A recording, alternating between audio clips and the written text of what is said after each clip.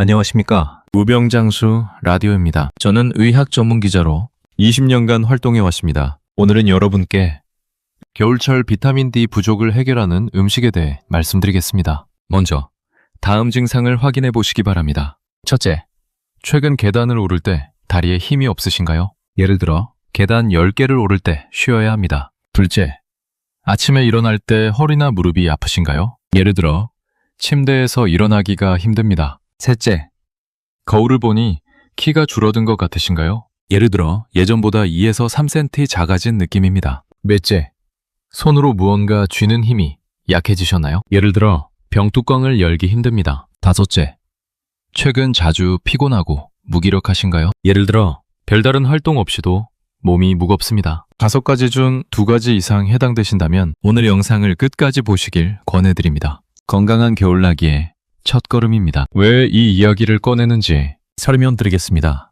제가 2023년 서울 아산병원에서 취재할 때의 일입니다. 당시 72세 여성분을 만났습니다. 이분은 허리 통증을 경험하셨습니다. 하지만 나이 들면 다 이러려니 하고 망치하셨습니다. 처음에는 가벼운 통증이었습니다. 예를 들어 아침에 일어날 때만 약간 불편한 정도였습니다. 그런데 6개월이 지나면서 상황이 심각해지기 시작했습니다. 첫째, 통증이 점점 심해졌습니다. 예를 들어 걷기만 해도 허리가 아팠습니다. 이로 인해 외출을 꺼리게 되셨습니다. 둘째, 자세가 구부정해졌습니다. 구체적으로 등이 앞으로 굽어지기 시작했습니다. 결국 키가 5cm나 줄어들었습니다. 셋째, 가벼운 넘어짐에도 골절이 발생했습니다. 욕실에서 미끄러지셨는데 척추 압박 골절이 생겼습니다. 병원을 찾았을 때는 이미 골다공증이 상당히 진행된 상태였습니다. 담당 의사는 이렇게 말했습니다. 만약 6개월 전에 오셨다면 충분히 예방할 수 있었습니다. 또 다른 사례를 소개하겠습니다. 68세 남성분의 경우입니다. 이분 역시 근육통과 피로를 무시하셨습니다. 바쁘다는 핑계로 병원도 가지 않으셨고 괜찮아지겠지 하며 지내셨습니다. 그러다 겨울철 빙판길에서 넘어지는 사고가 발생했습니다. 급하게 병원에 가셨을 때는 이미 대퇴골 골절이 발생한 상태였습니다. 현재는 수술 후 회복 중이지만 초기에 관리했다면 충분히 피할 수 있었습니다. 이런 사례가 특별한 게 아닙니다. 건강보험심사평가원에 따르면 2013년부터 2017년까지 비타민 D 결핍 환자가 5배 증가했습니다. 2013년 약 1만 8천 명에서 2017년 약 8만 6천 명으로 늘어났습니다. 이는 매년 77.9% 증가한 수치입니다. 더 큰 문제는 65세 이상 노인의 90% 이상이 비타민 D 부족 상태라는 것입니다. 혈중 농도가 10나노그램 ml 이하인 경우가 대부분입니다. 방치하면 이런 문제들이 발생할 수 있습니다. 첫째, 골다공증입니다. 쉽게 설명하면 뼈의 구멍이 송송 뚫린 상태입니다. 이렇게 되면 가벼운 충격에도 골절이 발생합니다. 둘째, 근력 약화입니다. 구체적으로 근육 단백질 생성이 감소합니다. 예를 들어 계단 오르기가 힘들어지고 걷는 속도가 느려집니다. 셋째, 면역력 저하입니다. 가장 심각한 경우 독감이나 폐렴에 쉽게 걸립니다. 특히 겨울철에 위험합니다. 넷째, 낙상 위험 증가입니다. 근력과 균형 감각이 떨어져 넘어질 확률이 높아집니다. 낙상 후 골절되면 사망률이 20% 이상입니다. 하지만 여러분, 너무 걱정하지 마십시오. 오늘 제가 소개해드릴 음식을 드시면 충분히 예방하고 개선하실 수 있습니다. 그렇다면 비타민 D는 정확히 무엇일까요? 비타민 D는 햇빛 비타민이라고도 불립니다. 하지만 쉽게 말씀드리면 우리 몸의 칼슘 관리자입니다. 예를 들어 설명하겠습니다. 비타민 D는 건물 짓는 현장의 감독과 같습니다. 칼슘이라는 건축 자재가 있어도 감독이 없으면 제대로 건물을 지을 수 없습니다. 정상적인 경우를 먼저 보겠습니다. 건강한 상태에서는 비타민 D가 충분히 있습니다. 이때는 칼슘이 장에서 잘 흡수됩니다. 예를 들어 음식으로 칼슘을 섭취하면 비타민 D가 문을 열어줍니다. 그러면 칼슘이 장 벽을 통과해 혈액으로 들어갑니다. 혈액 속 칼슘은 뼈로 이동하고 뼈를 단단하게 만듭니다. 그런데 비타민 D가 부족하면 이런 변화가 일어납니다. 쉽게 말하면 문을 열어줄 사람이 없는 것과 같습니다. 그렇다면 왜 이런 일이 일어날까요? 우리 몸에서 일어나는 일을 단계별로 설명해 드리겠습니다. 첫 번째 단계입니다. 햇빛 부족으로 인해 피부에서 비타민 D 합성이 줄어듭니다. 쉽게 비유하면 공장에 원료가 들어오지 않는 것과 같습니다. 예를 들어 겨울철에는 자외선 조사량이 여름에 20%도 안 됩니다. 게다가 긴 옷을 입어 피부가 햇빛에 노출되지 않습니다. 두 번째 단계로 넘어갑니다. 비타민 D가 부족해지면 칼슘 흡수율이 뚝 떨어집니다. 정상적으로는 칼슘의 30에서 40%가 흡수됩니다. 하지만 비타민 D가 부족하면 10에서 15%만 흡수됩니다. 이는 마치 수도꼭지를 반만 튼 것과 같습니다. 세 번째 단계입니다. 혈액 속 칼슘이 부족해지면 우리 몸은 비상 모드에 들어갑니다. 투갑상선이라는 호르몬 분비가 증가합니다. 이 호르몬은 뼈에서 칼슘을 빼내옵니다. 결과적으로 뼈가 약해집니다. 이렇게 골다공증이 발생하는 것입니다. 그렇다면 어떤 증상이 나타날까요? 첫째, 뼈 통증입니다. 특히 허리, 골반, 다리뼈가 아픕니다. 예를 들어 누르면 통증이 있습니다. 둘째, 근육 약화입니다. 계단을 오를 때 힘이 듭니다. 구체적으로 다리에 힘이 없는 느낌입니다. 셋째, 피로감입니다. 별다른 활동 없이도 몸이 무겁습니다. 이런 경우 아침에 일어나기가 힘듭니다. 넷째, 기분 변화입니다. 우울하거나 무기력해집니다. 이는 비타민 D가 신경 전달 물질과 관련이 있기 때문입니다. 이런 증상들이 나타난다면 병원 방문을 권해드립니다. 혈액 검사로 비타민 D 수치를 확인하실 수 있습니다. 이제 의학적 근거를 살펴보겠습니다. 건강보험 심사평가원이 2010년부터 2014년까지 5년간 자료를 분석했습니다. 이 연구는 전 국민 건강보험 데이터를 기반으로 한 것입니다. 이 연구가 왜 중요한지 말씀드리겠습니다. 우리나라 국민의 비타민 D 부족 실태를 정확하게 보여주기 때문입니다. 분석 결과를 보겠습니다. 2010년에는 약 3,000명이 비타민 D 결핍으로 진료를 받았습니다. 그런데 2014년에는 약 31,000명으로 증가했습니다.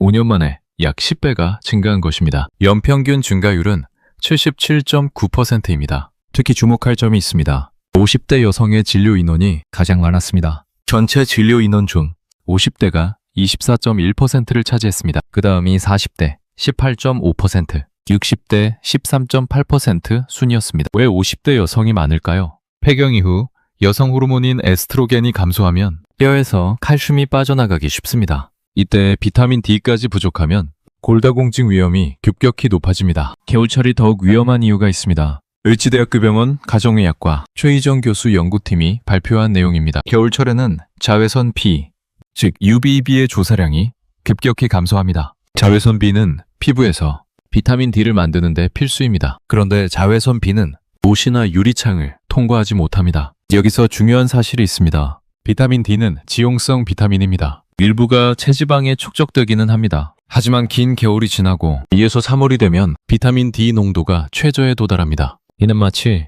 저금통에 있던 돈을 다 쓴 것과 같습니다. 따라서 지금 같은 겨울철에 오히려 한여름보다 비타민 D 농도가 더 낮을 수 있습니다. 또 다른 연구를 보겠습니다. 삼성서울병원 영양팀이 권장하는 비타민 D 수치를 발표했습니다. 혈중 비타민 D 농도가 30Ng 이상이면 충분합니다. 20에서 30Ng이면 부족입니다. 20G/ml 이하이면 결핍입니다. 그런데 우리나라 65세 이상의 90% 이상이 10Ng/ml 이하인 것으로 추정됩니다. 특히 요양시설에 계신 분들은 거의 대부분이 심한 부족 상태입니다. 왜 이렇게 부족할까요? 첫째, 야외 활동이 적습니다. 실내에서 대부분의 시간을 보냅니다. 겨울에는 추워서 더욱 외출을 꺼립니다. 둘째, 나이가 들수록 피부에서 비타민 D 합성 능력이 떨어집니다. 70세는 20세의 25% 수준밖에 안 됩니다. 셋째, 음식만으로는 충분한 비타민 D를 섭취하기 어렵습니다.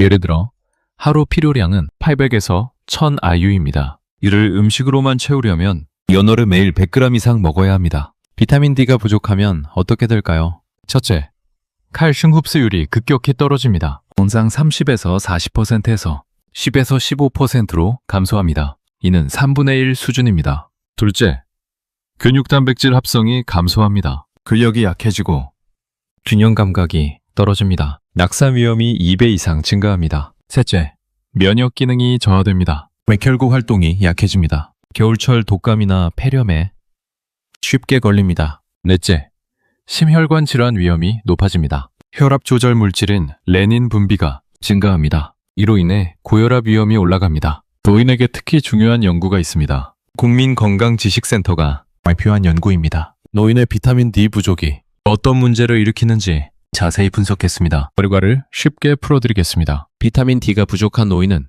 칼슘 흡수가 저해됩니다.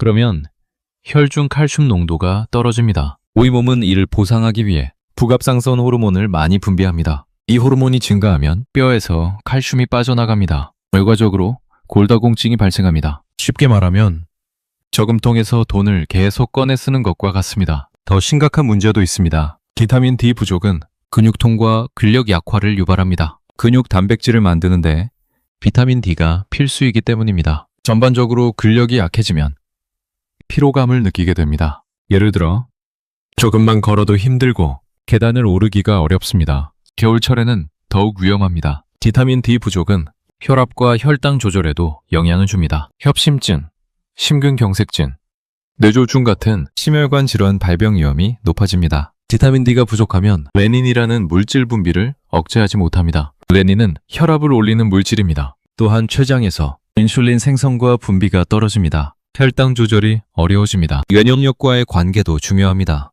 비타민 D는 면역 유지에 필수적입니다. 환절기 독감 같은 바이러스성 질환이 비타민 D 부족한 겨울철에 더 잘 발생합니다. 게다가 한번 걸리면 잘 낫지도 않습니다. 제가 2022년 서울 아산병원에서 가정의학과 교수를 취재했을 때의 이야기입니다. 교수는 이렇게 강조하셨습니다. 비타민 D 부족은 충분히 예방 가능한 문제입니다. 많은 분들이 너무 늦게 관리를 시작하시는데 조기에 적절한 음식과 햇빛 노출을 하시면 충분히 정상 수준으로 회복하실 수 있습니다. 이어서 교수는 이런 조언을 덧붙이셨습니다. 특히 60대부터는 매일 관리가 중요합니다. 하루 30분 정도만 투자하셔도 큰 차이를 만드실 수 있습니다. 햇빛을 쬐시고 비타민 D가 풍부한 음식을 드시면 겨울철도 건강하게 보내실 수 있습니다. 실제 사례를 소개해 드리겠습니다. 2023년 분당 서울대병원에서 취재한 사례입니다. 69세 여성분이셨습니다. 이분은 다음과 같은 어려움을 겪고 계셨습니다. 첫째,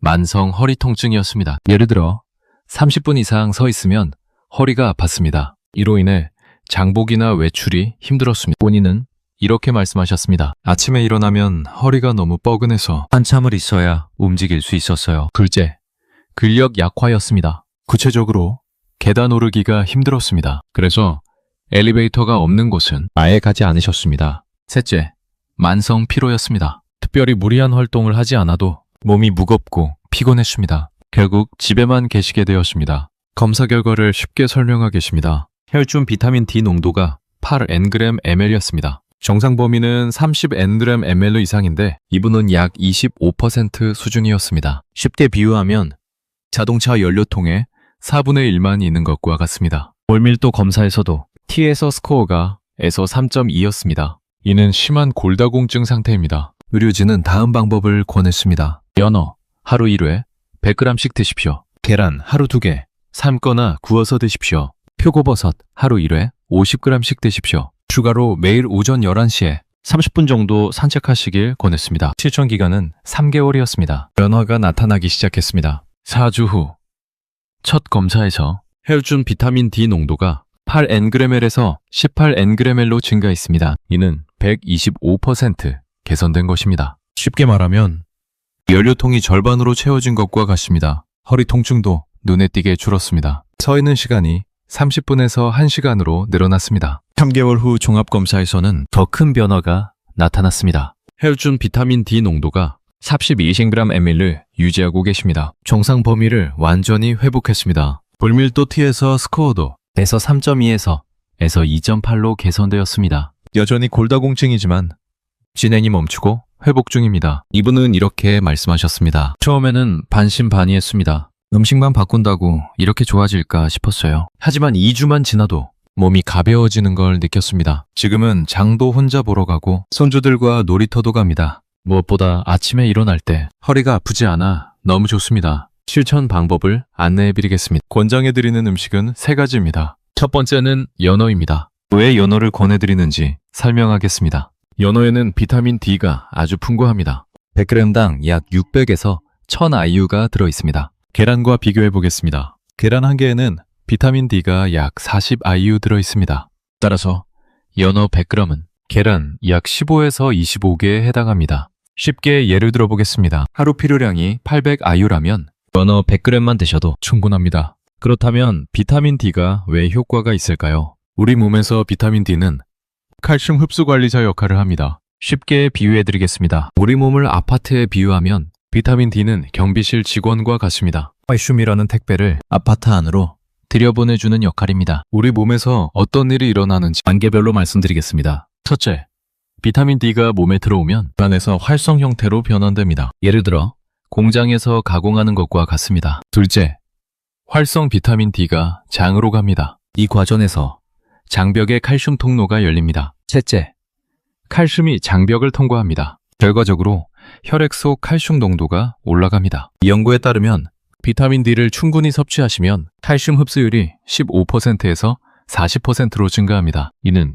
2.6배 증가한 것입니다. 조리 방법을 안내해 드리겠습니다. 먼저 재료를 준비하십시오. 연어 100g, 약 손바닥 크기입니다. 올리브유 1큰술, 레몬즙 1큰술, 소금 약간, 후추 약간. 조리 순서를 자세히 안내합니다. 첫째, 연어를 흐르는 물에 씻으십시오. 예를 들어 가볍게 헹구는 정도면 됩니다. 시간은 약 30초입니다. 포인트는 너무 오래 씻으면 영양소가 빠집니다. 둘째, 키친타올로 물기를 제거하십시오. 물기가 있으면 조리 시 기름이 틉니다. 셋째, 연어에 소금과 후추를 뿌리십시오. 앞뒤로 골고루 뿌려주십시오. 10분 정도 재워두시면 됩니다. 이렇게 하는 이유는 비린내를 없애기 위해서입니다. 넷째, 팬에 올리브유를 두르십시오. 중불로 예열합니다. 예열 시간은 약 1분입니다. 왜 이렇게 하는지 설명드리면 팬이 충분히 달궈져야 연어가 눌어붙지 않습니다. 다섯째, 연어를 팬에 올리십시오. 껍질이 있는 면을 아래로 하십시오. 중불에서 3에서 4분 구우십시오. 이렇게 순서를 지키는 이유는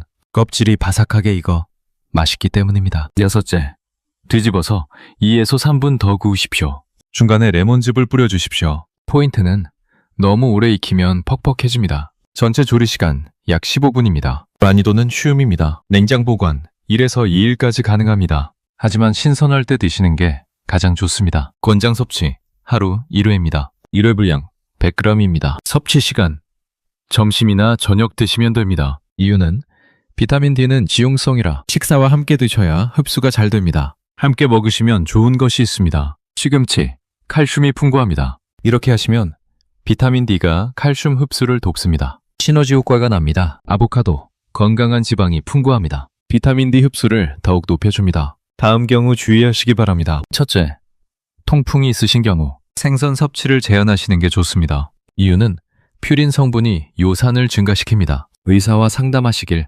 권해드립니다. 둘째, 생선 알레르기가 있으신 경우 드시지 마십시오. 알레르기 반응이 나타날 수 있습니다. 셋째, 과다 섭취는 피하십시오. 하루 200g 이하로 드시는 게 적당합니다. 너무 많이 드시면 비타민 A 과다증이 올 수 있습니다. 두 번째는 계란입니다. 왜 계란을 권해드리는지 설명하겠습니다. 계란 노른자에는 비타민 D가 풍부합니다. 계란 한 개당 약 40에서 50IU가 들어있습니다. 연어보다는 적지만 계란의 장점이 있습니다. 첫째, 구하기 쉽습니다. 어디서나 쉽게 살 수 있습니다. 둘째, 가격이 저렴합니다. 연어보다 부담이 없습니다. 셋째, 조리가 간단합니다. 다양한 방법으로 조리할 수 있습니다. 넷째, 단백질도 풍부합니다. 계란 한 개에 단백질 6에서 7g이 들어있습니다. 근육 건강에도 도움이 됩니다. 하루에 몇 개를 드셔야 할까요? 하루 필요량 800IU를 채우려면 계란만으로는 16에서 20개가 필요합니다. 하지만 걱정하지 마십시오. 연어나 표고버섯과 함께 드시면 계란 2개면 충분합니다. 쉽게 예를 들어보겠습니다. 연어 100g으로 600IU를 채우고 계란 2개로 80에서 100IU를 추가하면 하루 필요량의 85% 이상을 채울 수 있습니다. 그렇다면 비타민 D 외에 다른 효과는 무엇일까요? 계란에는 레시틴이 풍부합니다. 레시틴은 콜레스테롤 관리에 도움을 줍니다. 또한 루테인과 제아잔틴이 들어있습니다. 이 성분들은 눈 건강에 좋습니다. 특히 노인성 황반변성 예방에 효과적입니다. 우리 몸에서 어떤 일이 일어나는지 단계별로 말씀드리겠습니다. 첫째, 계란에 비타민 D가 소화되면 소장에서 흡수됩니다. 예를 들어 지방과 함께 흡수됩니다. 둘째, 흡수된 비타민 D는 혈액을 타고 간으로 이동합니다. 안에서 활성 형태로 변환됩니다. 셋째, 활성 비타민 D가 장으로 가서 칼슘 흡수를 돕습니다. 연구에 따르면 매일 계란 2개를 섭취하면 4주 후 비타민 D 수치가 평균 10에서 15% 증가합니다. 조리 방법을 안내해 드리겠습니다. 가장 좋은 방법은 삶는 것입니다. 왜냐하면 비타민 D가 파괴되지 않기 때문입니다. 먼저 재료를 준비하십시오. 계란 2개, 물 적당량, 소금 약간, 선택사항, 조리 순서를 자세히 안내합니다. 첫째, 냄비에 물을 넣으십시오. 계란이 잠길 정도면 됩니다. 시간은 약 30초입니다. 둘째, 찬물에 계란을 넣으십시오. 뜨거운 물에 바로 넣으면 껍질이 깨질 수 있습니다. 이유는 온도 차이 때문입니다. 셋째, 중불에서 가열하십시오. 물이 끓기 시작하면 타이머를 작동시키십시오. 넷째, 원하는 정도에 따라 시간을 조절하십시오. 반숙, 물 끓은 후 6에서 7분. 완숙, 물 끓은 후 10에서 12분. 포인트는 너무 오래 삶으면 노른자 주변이 녹색으로 변합니다. 다섯째, 불을 끄고 찬물에 담그십시오. 이렇게 하면 껍질이 잘 벗겨집니다. 시간은 약 5분입니다. 전체 조리 시간 약 15에서 20분입니다. 난이도는 매우 쉬움입니다. 다른 조리 방법도 있습니다. 크라이하는 방법입니다. 팬에 기름을 두르고 계란을 깨트려 넣으십시오. 약불에서 3에서 4분 익히십시오. 스크램블하는 방법입니다. 계란을 풀어서 팬에서 저어가며 익히십시오. 약불에서 2에서 3분이면 됩니다. 보관 방법입니다. 삶은 계란, 냉장 보관 5에서 7일까지 가능합니다. 생계란, 냉장 보관 3에서 5주까지 가능합니다. 권장 섭취, 하루 2개입니다. 1회 분량, 1에서 2개입니다. 섭취 시간, 아침이나 점심 드시면 됩니다. 이유는 포만감이 오래 유지되고 하루 활동 에너지를 제공하기 때문입니다. 함께 먹으시면 좋은 것이 있습니다. 토마토, 비타민C가 풍부합니다. 이렇게 하시면 철분 흡수가 증가합니다. 시금치, 칼슘과 철분이 풍부합니다. 계란의 비타민 D가 칼슘 흡수를 돕습니다. 다음 경우 주의하시기 바랍니다. 첫째, 콜레스테롤 수치가 높으신 경우 하루 1개로 제한하시는 게 좋습니다. 이유는 노른자에 콜레스테롤이 많기 때문입니다. 의사와 상담하시길 권해드립니다. 둘째, 계란 알레르기가 있으신 경우 드시지 마십시오. 알레르기 반응이 나타날 수 있습니다. 셋째, 덜 익은 계란은 피하십시오. 살모넬라균 위험이 있습니다. 완전히 익혀 드시는 게 안전합니다. 세 번째는 표고버섯입니다. 왜 표고버섯을 권해드리는지 설명하겠습니다. 표고버섯은 비타민 D가 풍부한 유일한 식물성 식품입니다. 특히 햇빛에 말린 건표고버섯에는 100g당 1600에서 2봉 400의 IU가 들어있습니다. 놀라운 사실이 있습니다. 생표고버섯을 햇빛에 2에서 3시간만 말리면 비타민 D 함량이 10배 이상 증가합니다. 왜 그럴까요? 표고버섯에는 에르고스테롤이라는 물질이 들어있습니다. 이 물질이 자외선을 받으면 비타민 D2로 변환됩니다. D는 사람 피부에서 일어나는 과정과 똑같습니다. 연어와 비교해 보겠습니다. 연어 100g에 600에서 1000IU가 들어있습니다. 햇빛에 말린 표고버섯 50g에는 800에서 1200 IU가 들어있습니다. 쉽게 예를 들어 보겠습니다. 하루 필요량 800 IU를 표고버섯 50g만으로도 충분히 채울 수 있습니다. 게다가 표고버섯은 칼로리가 낮습니다. 50g에 약 20칼로리밖에 안 됩니다. 비타민 D 외에 다른 효과도 있습니다. 표고버섯에는 베타글루칸이 풍부합니다. 베타글루칸은 면역력을 높입니다. 맥혈구 활동을 활성화시킵니다. 또한 식이섬유가 많습니다. 장 건강에 도움이 됩니다. 변비 예방에도 효과적입니다. 에리타데닌이라는 성분도 들어있습니다. 이 성분은 콜레스테롤을 낮춥니다. 심혈관 건강에 도움이 됩니다. 우리 몸에서 어떤 일이 일어나는지 단계별로 말씀드리겠습니다. 첫째, 표고버섯의 비타민 D2가 소장에서 흡수됩니다. 예를 들어 지방과 함께 흡수됩니다. 둘째, 흡수된 비타민 D2는 간과 신장을 거쳐 활성 형태로 변환됩니다. 셋째, 활성 비타민 D가 칼슘 흡수를 돕습니다. 뼈를 튼튼하게 만듭니다. 연구에 따르면 표고버섯을 매일 50g씩 섭취하면 4주 후 비타민 D 수치가 평균 20에서 30% 증가합니다. 조리 방법을 안내해 드리겠습니다. 먼저 재료를 준비하십시오. 건표고버섯 50g, 약 5에서 6개입니다. 생표고버섯 사용 시 100g, 참기름 1큰술, 간장 1큰술, 다진 마늘 1작은술, 설탕 1작은술, 물 약간. 건표고버섯 불리는 방법입니다. 첫째, 찬물에 담그십시오. 시간은 약 2에서 3시간입니다. 포인트는 뜨거운 물을 불리면 영양소가 파괴됩니다. 둘째, 불린 물은 버리지 마십시오. 국물로 사용할 수 있습니다. 비타민 D가 일부 녹아있기 때문입니다. 셋째, 불린 표고버섯의 물기를 짜십시오. 너무 세게 짜지는 마십시오. 표고버섯 볶음 조리 순서입니다. 첫째, 표고버섯을 먹기 좋게 썰으십시오. 두께는 약 0.5cm, 시간은 약 2분입니다. 둘째, 팬에 참기름을 두르십시오. 중불로 예열합니다. 예열 시간은 약 1분입니다. 왜 이렇게 하는지 설명드리면 참기름이 고소한 향을 냅니다. 셋째, 다진 마늘을 넣고 볶으십시오. 약 30초 볶으십시오. 마늘 향이 올라오면 됩니다. 넷째, 표고버섯을 넣고 볶으십시오. 중불에서 3에서 4분 볶으십시오. 이렇게 순서를 지키는 이유는 버섯에서 물이 나오기 전에 겉을 익혀야 식감이 좋기 때문입니다. 다섯째, 간장과 설탕을 넣으십시오. 물을 2에서 3큰술 넣으십시오. 맷불로 줄이고 2에서 3분 더 조리하십시오. 중간에 저어주십시오. 여섯째, 국물이 자작해지면 불을 끄십시오. 전체 조리 시간 약 20분입니다.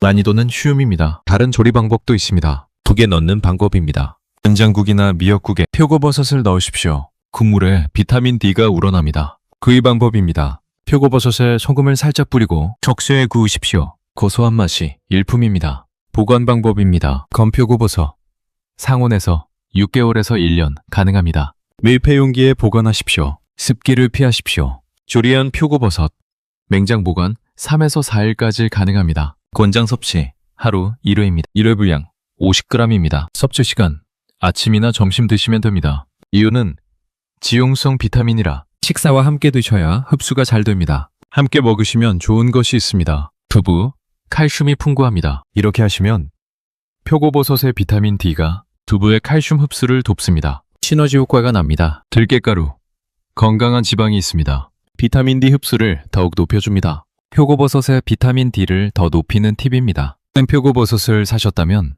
조리하기 전에 햇빛에 말리십시오. 갓 부분이 위로 가게 놓으십시오. 2에서 3시간이면 충분합니다. 이렇게 하시면 비타민 D 함량이 10배 이상 증가합니다. 겨울철에도 가능합니다. 햇빛만 있으면 됩니다. 실내 창가에서도 효과가 있습니다. 다음 경우 주의하시기 바랍니다. 첫째, 소화가 잘 안 되시는 경우 적은 양부터 시작하십시오. 이유는 식이섬유가 많아 배에 가스가 찰 수 있습니다. 둘째, 버섯 알레르기가 있으신 경우 드시지 마십시오. 알레르기 반응이 나타날 수 있습니다. 셋째, 통풍이 있으신 경우 과다 섭취는 피하십시오. 퓨린 함량이 다소 있습니다. 하루 50g 정도면 괜찮습니다. 오늘 말씀드린 내용을 정리하겠습니다. 첫째, 연어입니다. 100g의 비타민 D 600에서 1000IU가 들어있습니다. 하루 1회 드시면 필요량의 75에서 100억 25%를 채울 수 있습니다. 기대 효과는 칼슘 흡수율 2.6배 증가입니다. 둘째, 계란입니다. 2개의 비타민 D 80에서 100IU가 들어있습니다. 매일 아침 2개씩 드시면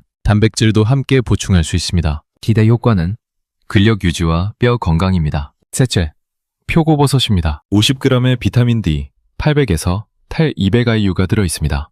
햇빛에 말려 드시면 효과가 더 좋습니다. 기대 효과는 면역력 증진과 골다공증 예방입니다. 이 세 가지를 꾸준히 드시면 겨울철에도 비타민 D 부족 걱정 없이 건강하게 지내실 수 있습니다. 여러분, 기억하시기 바랍니다. 비타민 D 부족은 충분히 예방하고 관리하실 수 있습니다. 늦었다고 생각하지 마십시오. 지금 시작하시는 것이 가장 빠른 길입니다. 처음에는 어려울 수 있습니다. 하지만 2주만 지나도 변화를 느끼실 겁니다. 허리 통증이 줄어들고 다리에 힘이 생기고 피로감이 사라집니다. 천천히, 꾸준히 실천하시길 바랍니다. 여러분의 건강을 응원합니다. 추가로 도움이 되는 팁을 드리겠습니다. 매일 오전 11시에서 오후 2시 사이 30분 정도 산책하십시오. 얼굴과 손에 햇빛을 쬐십시오. 이것만으로도 비타민 D 합성에 도움이 됩니다. 또한 3개월마다 혈액검사로 비타민 D 수치를 확인하십시오. 정상 범위는 30N/ml 이상입니다. 오늘 소개한 음식과 햇빛 산책을 함께 하시면 더욱 효과적입니다. 여기까지 무병장수 라디오였습니다. 오늘 영상이 도움이 되셨다면 구독과 좋아요 부탁드립니다. 다음 영상에서 더 유익한 건강 정보로 찾아뵙겠습니다. 건강한 겨울 보내십시오. 감사합니다.